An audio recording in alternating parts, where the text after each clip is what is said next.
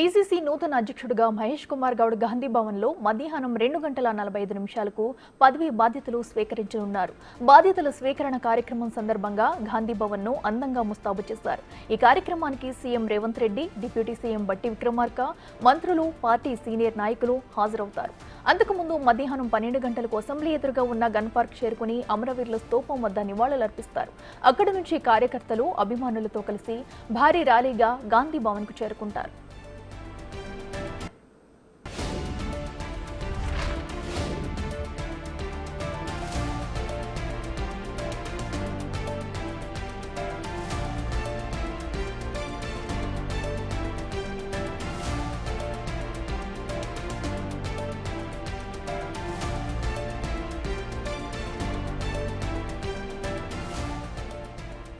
మరింత సమాచారం మా రిపోర్టర్ హరికృష్ణ అందిస్తారు. పార్టీ నూతన అధ్యక్షునిగా టీపీసీసీ వైస్ ప్రెసిడెంట్గా ఉన్న మహేష్ కుమార్ గౌడ్ గారు మరి కాసేపట్లో కాంగ్రెస్ అధ్యక్షునిగా పదవి బాధ్యతలు స్వీకరిస్తున్నారు. వారితో ప్రస్తుతం మనం ఉన్నాం, వారితో మాట్లాడే ప్రతినిధి. సార్ చెప్పండి, ఎట్లా అనిపిస్తున్నది? చాలామంది సీనియర్లు పోటీలో ఉన్నా కానీ మహేష్ కుమార్ గౌడ్కు టీపీసీసీ చీఫ్ పదవి అప్పగించడం ఎట్లా అనిపిస్తుంది? కష్టపడి పనిచేస్తే సామాన్య కార్యకర్తలకి అత్యున్నత స్థానాలు దొరుకుతాయని చెప్పడానికి నా నియామకం ఒక నిదర్శనం. సామాన్య కార్యకర్తగా నేను కాంగ్రెస్ పార్టీలో చేరిన నాకు ఇవాళ రాష్ట్ర అధ్యక్ష పదవి రావడం అనేది అది కాంగ్రెస్ పార్టీలో సాధ్యమవుతుంది. కష్టపడ్డ వారికి ఏదో ఒక సమయంలో సరైన పదవి వస్తుందని చెప్పడానికి ఇది ఒక తార్కాణం. ఇవాళ సీనియర్లు అందరూ కూడా ఇది అత్యున్నత స్థానం కాబట్టి పోటీ పడ్డారు. మేమంతా ఒక ఆరోగ్యకరమైన పోటీలో ఉన్నాం. బట్ ఒకసారి డెసిషన్ అయిన తర్వాత అందరం కూడా కలిసికట్టుగా ముందుకెళ్ళే పరిస్థితి. పోటీలో అభ్యర్థులు ఎవరైతే పోటీ పడారో వారందరూ కూడా నాకు సంపూర్ణ సహకారాలు అందించడానికి ముందుకొస్తున్న వేళ రాష్ట్ర ముఖ్యమంత్రి, డిప్యూటీ ముఖ్యమంత్రి, సీనియర్ మంత్రులు, సీనియర్ కాంగ్రెస్ నాయకులు అన్నిటికీ మించి మా కార్యకర్తల బలంతో ఈ పదవికి న్యాయం చేస్తారని అనుకుంటా ఉన్నాం. కమిటీ ఎట్లా ఉండబోతుంది, ఎట్లాంటి కార్యక్రమాలు తీసుకోబోతుంది కాంగ్రెస్ పార్టీ? ప్రధానంగా ప్రభుత్వంలో ఉన్నది కాబట్టి అటు ప్రభుత్వాన్ని ఇటు కాంగ్రెస్ పార్టీ రెండింటి కూడా సమన్వయం చేసుకునే పరిస్థితి ఉంటుంది కాబట్టి ఎట్లా ఉంది? నాకు 35 ఏళ్ళుగా ఉన్నటువంటి సీనియర్ కాంగ్రెస్ నాయకుల సత్సంబంధాలు దీంట్లో ఉపయోగపడతాయి.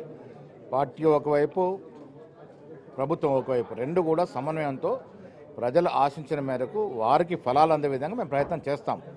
అన్నిటికీ కూడా కార్యకర్తలే మూలం.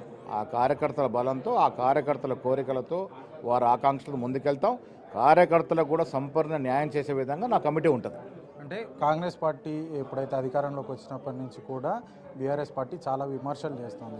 కాంగ్రెస్ పార్టీ ఫెయిల్యూర్ అన్నట్టుగానే చెప్తుంది కదా, వాళ్ళ విమర్శలను ఎట్లా తిప్పగొట్టబోతుంది? బీఆర్ఎస్ పార్టీ చేసే విమర్శ మాకు ప్రామాణికం కాదు. కింది లెవెల్ ఉన్న ప్రజానీకం యొక్క అభిప్రాయాలే మాకు ప్రామాణికం. ప్రజలు సంతోషంగా ఉన్నారు. కాంగ్రెస్ పార్టీ ఇస్తున్న 6 గ్యారెంటీలతో పాటు మేము ఇస్తున్న అభివృద్ధి కార్యక్రమాలు, సంక్షేమ కార్యక్రమాల పట్ల ప్రజలు సంతోషంగా ఉన్నారు. ఏదో మాట్లాడాలి కాబట్టి బీఆర్ఎస్ నాయకులు మాట్లాడినంత మాత్రాన మాకేం నష్టం లేదు.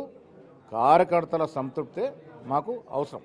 అంటే నిన్న మొన్న జరిగిన సంఘటన దృష్ట్యా హరీష్ రావు కూడా మాట్లాడుతూ తెలంగాణలో కాంగ్రెస్ పార్టీ ఎమర్జెన్సీ నడిపిస్తుందని కూడా విమర్శ చేస్తున్నారు. 10 ఏళ్లుగా నిర్బంధ పాలన నడిపినటువంటి కేసీఆర్, కేటీఆర్, హరీష్ రావులకి ఇవాళ ప్రజాస్వామ్యబద్ధంగా నడుస్తున్న పరిపాలన మీద కామెంట్ చేసే అర్హత లేదు. మేము ఎన్ని వందల సార్లు హౌస్ అరెస్ట్ అయ్యామో మాకు తెలుసు. సో ఇవాళ పోలీసు రాజ్యం నడిపి పోలీస్ డిపార్ట్మెంట్ని కూడా స్వేచ్ఛ లేకుండా వారి కబంధ హస్తాలు పెట్టుకొని ముందుకు నడిపినటువంటి వ్యక్తులు, ఒక రాజరిక పాలన మరిపించిన వ్యక్తులు ఇలా మా ప్రజాస్వామ్య పాలన గురించి మాట్లాడడం విడ్డూరంగా ఉంది. ప్రజలు చాలా తెలివైన వారు. గత 10 ఏళ్ల పాలన, గత 10 ఏళ్ల వారు పరిపాలన తీరు, ఇప్పుడు పరిపాలన తీరు వేరు చేసుకుంటా ఉన్నారు. 6 గ్యారెంటీలను అమలు చేస్తూ ఉన్నారు సక్సెస్ఫుల్గా, కానీ 6 గ్యారెంటీల అమలును ప్రచారం చేయలేకపోతున్నారని కాంగ్రెస్ పార్టీ మీద ఉంది. అందుకే నేను చెప్పేదంటే కార్యకర్తలే మూలం.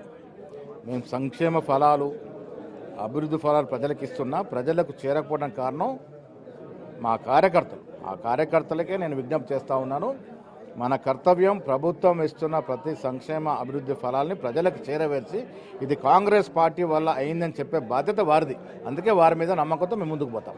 కాంగ్రెస్ పార్టీ కార్యకర్తలు కానీ తెలంగాణ ప్రజానికి కానీ ఫైనల్ ఏమని చెప్పాలనుకుంటున్నారు? కాంగ్రెస్ పార్టీని మీరు అధికారం తీసుకొచ్చారు, చాలా ధన్యవాదాలు. 9 నెలల పాలన చూశారు.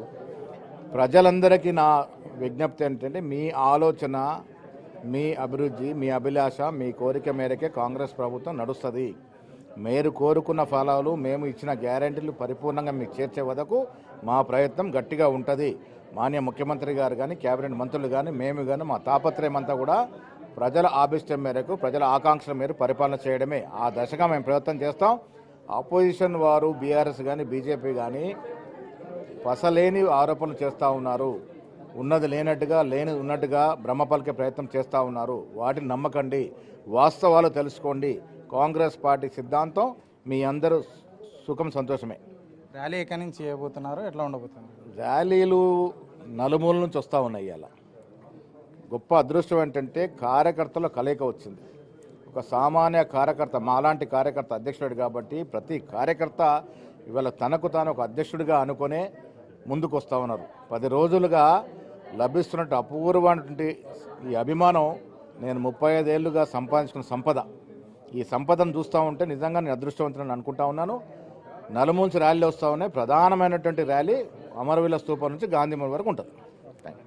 35 ఏళ్ళుగా ఎన్ఎస్యుఏ నుండి కూడా టీపీసీసీ చీఫ్గా పనిచేస్తున్న అనుభవంతో అటు కాంగ్రెస్ పార్టీని, ప్రభుత్వాన్ని రెండు కూడా సమన్వయం చేసుకుంటూ కాంగ్రెస్ పార్టీకి ఆ కార్యకర్త అభీష్టం మేరకు, ప్రజల అభీష్టం మేరకు రెండింటిని, ప్రభుత్వాన్ని అటు కాంగ్రెస్ పార్టీని ముందుకు తీసుకెళ్తాం. ఖచ్చితంగా అయితే బీఆర్ఎస్ పార్టీ చేస్తున్న విమర్శలను ఖచ్చితంగా తిప్పికొడతాం. వారు చేస్తున్న విమర్శలు ఏదైతే ఉన్నాయో ఆ విమర్శలు ప్రజలు ఎవరు కూడా పట్టించుకోవద్దు. కేవలం కాంగ్రెస్ పార్టీ చేస్తున్న 6 గ్యారంటీలను ప్రజల్లోకి తీసుకుపోవడం ముందున్న లక్ష్యం అంటూ కూడా టీపీసీసీ చీఫ్ మహేష్ కుమార్ గౌడ్ చెప్తున్నారు. కెమెరామెన్ వేణుతో హరికృష్ణ, బిగ్ టీవీ.